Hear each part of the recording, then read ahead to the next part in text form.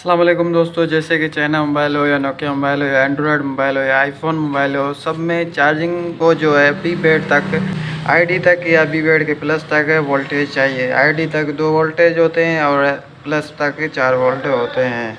Android में ID होती है ज़्यादातर, तो इसमें प्लस का यूज़ होता है।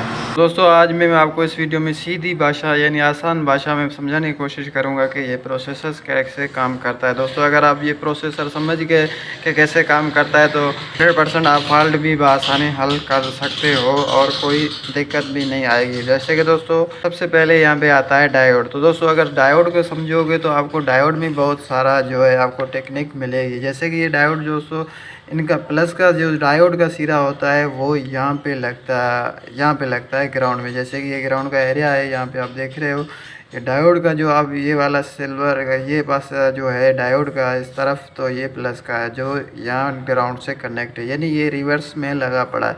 तो दोस्तों रिवर्स से फ़ायदा क्या? तो दोस्तों अगर मानो यहाँ बी बेड में कोई शॉर्ट आती है, यानी ये बी बेड में जो कैपेसिटर लगा होता है वो शॉर्ट हो गया, उससे क्या होगा, जो बी बेड से बैटरी का वोल्टेज ग्राउंड में जा रहे होते हैं वो यहाँ से डायोड आगे इस सेक्शन में नहीं आने देगा। तो इससे जो है हमारे कैपेसिटर और ये डायोड और ये आईसी हीट नहीं होगी। जैसे कि आप आईसी देख रहे हो, ये हीट नहीं होती है। और मैं आपको मेन बात बता दूं, हमें ओपनली क्या देखने को मिलते हैं, एक ये 5 वोल्ट में डायोड कैपेसिटर जो ब्राउन का कलर का होता है, एक आईसी और एक आईसी चार्जिंग आईसी है, और ये एक पावर आईसी है, एक बी बेड। नॉर्मली हमें ये देखने को मिलते हैं, मगर यहाँ पे मैंने कुछ इजाफा किया है। यहाँ पे ये 3 लाइन है जो इनसे कनेक्ट होती है। अगर ये 3 लाइन आप समझ गए तो आपको और भी आसानी होगी समझने में। ये 3 लाइन कोई मोबाइल हो सब में होती है। आगे प्रोसेसर अलग हो सकता है, मगर यहाँ से 5 वोल्ट से ये 3 लाइन ही निकलेगी। आगे प्रोसेसर आईसीओ का अलग हो सकता है, पावर आईसी बी बेड नहीं, चार्जिंग आईसी का और इंडिकेटर का अलग प्रोसेसर हो सकता है, मगर यहाँ पे 3 लाइन का प्रोसेसर अलग नहीं हो सकता है। जैसे कि दोस्तों यहाँ पे 3 लाइन है। एक लाइन होती है हमारी चार्जिंग फॉर इंडिकेटर। इंडिकेटर यानी जो हमारा सेल्स वर्किंग करते हैं, जब हम प्लग इन करते हैं चार्जिंग, तो वो काम करता है आईसी का इंडिकेटर लाइन, जो जिसमें मैं आपको बताता हूँ आगे क्या होता है। जैसे कि दोस्तों उसके बाद चार्जिंग एक्टिवेट लाइन है, इसको हम चार्जिंग एक्टिवेट भी कह सकते हैं। वैसे तो एक्टिवेट के लिए 2 से 3 लाइन यूजेस होती है, मगर उसमें ये भी मेन है। अगर ये भी क्रैक हो गई, ये भी ख़राब हो गई, तो चार्जिंग हमारी ये आपको लगेगा आउटपुट नहीं आ रहा है, तो यहाँ से मसला होगा, तो यहाँ पे आउटपुट नहीं होगा, तो आप आईसी चेंज करो तब भी ये मसला हल नहीं होगा। उसके बाद दोस्तों आखिरी जो होती है इनपुट लाइन, जिसको हम 5 वोल्ट लाइन बोलते हैं, वो है ये लाइन। तो यहाँ पे कैपेसिटर जो है फ़िल्टर करने के लिए, और यहाँ से चार्जिंग है 4 वोल्ट तक आ जाते हैं या कुछ कम हो जाते हैं, तो दोस्तों उसको जो है कैपेसिटर ये नॉन पेलर कैपेसिटर, यानी यहाँ पे प्लस माइनस का यूज़ किया हुआ नहीं है, ये दोनों तरफ से आप लगा सकते हो। और ये जो है यहाँ पे इस कनेक्ट होता है इस जगह पे, तो इन दोनों को भी 5 वोल्ट यहाँ पे देने चाहिए। जैसे कि यहाँ पे मैं इस पे ऐसे जोड़ कर लेता हूँ। तो दोस्तों अब ये तीनों लाइन हो गई चार्जिंग इनपुट 5 वोल्ट। अब 5 वोल्ट जैसे कि मैंने आप दोस्तों को बताया कि ये 2 लाइनें अलग काम करती है। तो यहाँ पे जो हमारी मेन लाइन है 5 वोल्ट इनपुट की, तो ये जाती है फर्स्ट, यानी जो हमारे चाइनीज़ में देखा करें तो ये जो है 5 वोल्ट जाती है यहाँ पे फर्स्ट में।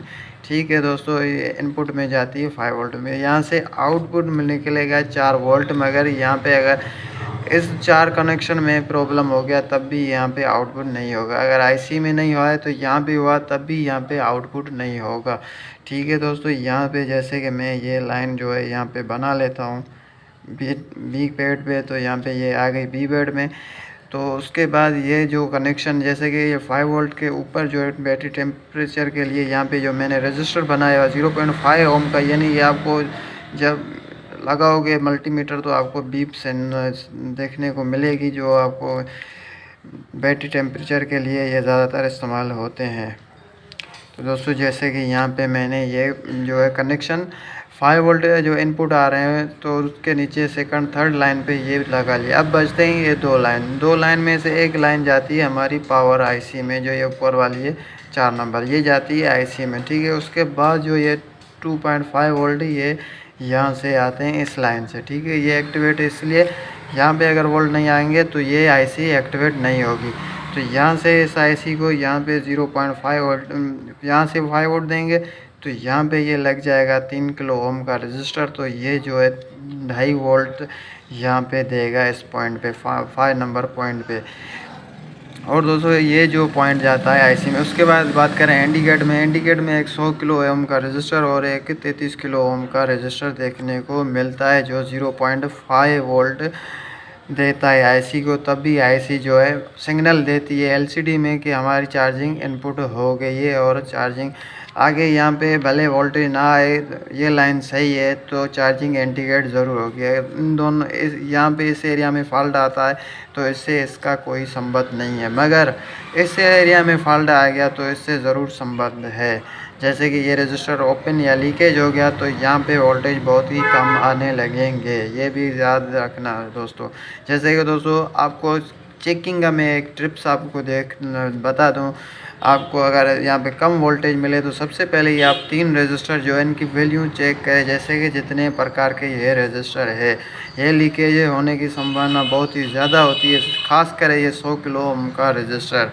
जैसे कि दोस्तों एक वीडियो मैंने बनाया था जिसमें भाई लोगों ने मुझे बहुत ही ज़्यादा सपोर्ट किया था और व्यूज़ के मुकाबले में मुझे बहुत ही सारे उसमें सब्सक्राइबर मिले। तो दोस्तों वो वीडियो आप लाजमी देख लेना, वो एरर चार्जिंग का सॉल्यूशन था और उसमें मैं आपको मेन बात बता दूं तो चार्जिंग झंपर करके लगाए, वो वजह भी आप देख लेना।